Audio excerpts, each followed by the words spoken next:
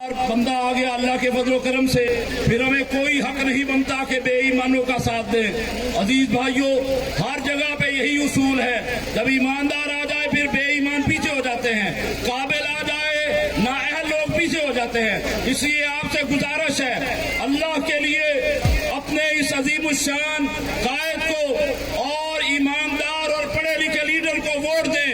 انشاءاللہ الرحمن یہ ایوان کے اندر اللہ کی بات کرے گا، اس کے رسول کی بات کرے گا، آپ کے حقوق کی جنگ لڑے گا، انشاءاللہ الرحمن چوری نہیں کرے گا، چوروں کا راستہ رکے گا۔